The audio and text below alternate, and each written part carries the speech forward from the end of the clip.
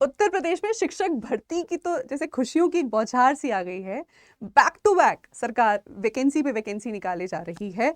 गौरतलब की बात तो ये है कि जो नोटिफिकेशन अब से 2-3 साल पहले निकला था उसका एग्जाम अभी तक नहीं करवाया, उसको तो पोस्टपोन कराए जा रहे हैं, लेकिन उसके ऊपर नई वैकेंसीज निकाले जा रहे हैं।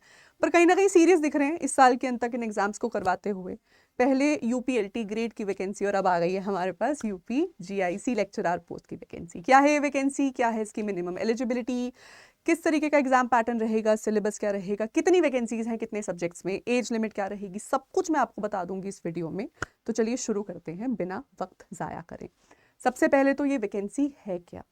उत्तर प्रदेश में 11th 12th और उसके बाद ग्रेजुएशन करना, डिग्री करना, एक तो ये स्टैंडर्ड पैटर्न तो चलता ही है। इसके अलावा स्टेट में अभी भी इंटर कॉलेजेस चल रहे हैं। तो इंटर कॉलेजेस बेसिकली आपको 11th और 12th और जो डिग्री का पहला साल है उसको कहीं ना कहीं वो मर्ज कर देता है। तो पोस्ट ये जो हमारी आई है, वैकेंसी आई है, ये है तो पीजीटी लेवल की, लेकिन इन्हें कहते लेक्चरार हैं और ये +2 लेवल के होते हैं। लेक्चरार ही कहलाते हैं। नॉन गेस्टेड पोस्ट है सी लेवल की। आप जीआईसी के इन कॉलेजेस में पढ़ाएंगे उन स्टूडेंट्स को जो इंटर में एंटर कर रहे हैं। इंटर कॉलेजेस, जीआईसी या गवर्नमेंट इंटर कॉलेजेस। ठीक, अब इसके लिए एलिजिबिलिटी, सबसे पहले एलिजिबिलिटी ऑल ओवर इंडिया सब एलिजिबल हैं। आपके पास उस पर्टिकुलर सब्जेक्ट में मास्टर्स और बीएड हो, किसी भी तरीके के टेट की यहाँ ज़रूरत नहीं है। अगर आप किसी और स्टेट के भी हैं तो आप यहाँ अप्लाई कर सकते हैं। बस इतना ध्यान रखिए कि नॉन यूपी कैंडिडेट्स को रिजर्वेशन का कोई बेनिफिट नहीं मिलेगा, सिर्फ यूपी के कैंडिडेट्स को ही रिजर्वेशन का बेनिफिट मिलेगा। यानी कि जो मिनिमम एज लिमिट है उसमें अगर कोई भी आपको बेनिफिट मिल रहा है रिजर्वेशन पॉलिसी के अंडर, वो सिर्फ यूपी के कैंडिडेट्स को मिलता है। आइए अब देख लेते हैं एक बार कि कितनी कितनी इसमें सीट्स हैं। और मैं आपको बता दूं ज़रा प्लीज़, ज़रूरी है इस सेशन को देखकर यहीं अभी डिसीजन ले लेना और यहीं अपने लिए एक्शन भी आगे टेकअप कर लेना। रीज़न बीइंग कि 12 अगस्त से ऑलरेडी फॉर्म फिलिंग की प्रक्रिया शुरू हो चुकी है। ये 12 सितंबर तक चलेगी, तो 1 महीने का वक्त है आपके पास।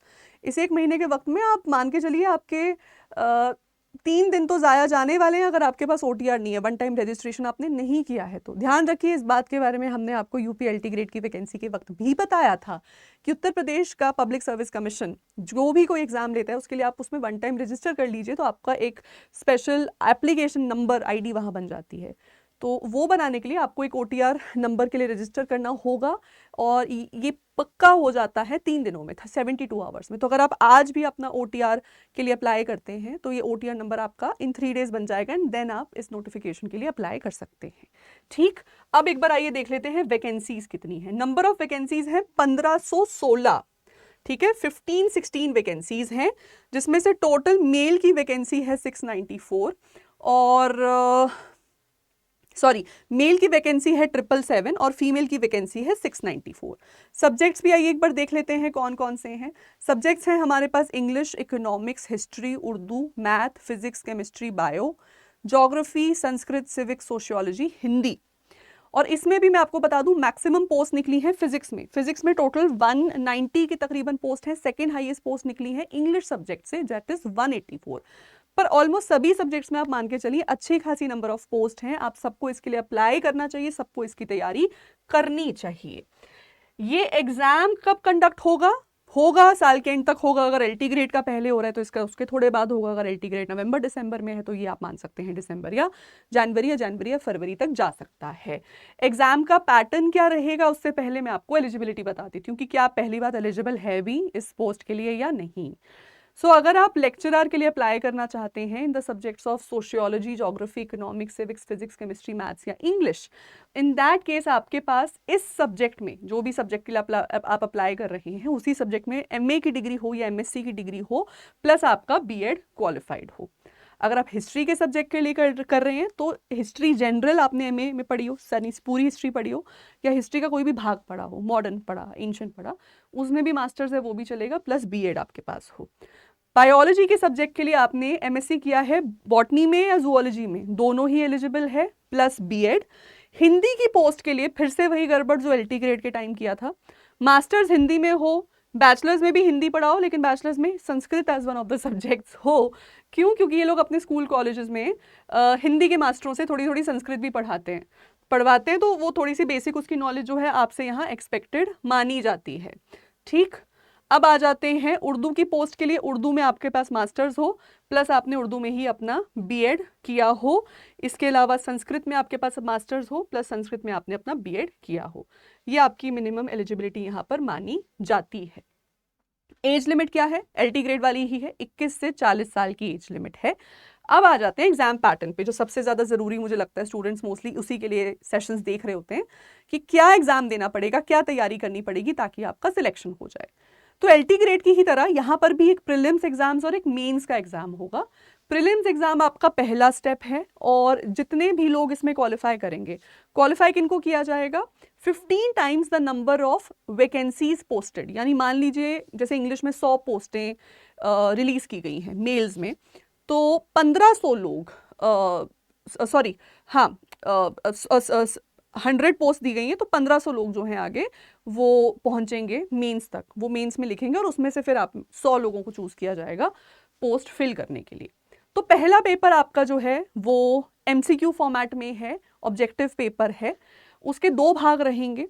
पहला भाग है आपका कंसर्न सब्जेक्ट जिससे 80 सवाल बनेंगे। दूसरा भाग है आपका जनरल पेपर जिससे 40 सवाल बनेंगे। तो टोटल 120 क्वेश्चंस का ये पेपर होगा। 2 घंटे का वक्त मिलेगा। नेगेटिव मार्किंग है, याद रखना, नेगेटिव मार्किंग है 1/3 की, ठीक है। और जनरल स्टडीज पूछी, जनरल जो आपके 40 क्वेश्चंस हैं जनरल स्टडीज हैं, Indian national movement, general history, general geography, Indian polity, Indian economy, basic 10th level की मैथ्स, बेसिक लॉजिकल रीजनिंग, इस तरीके के basic questions, ecology, environment etcetera.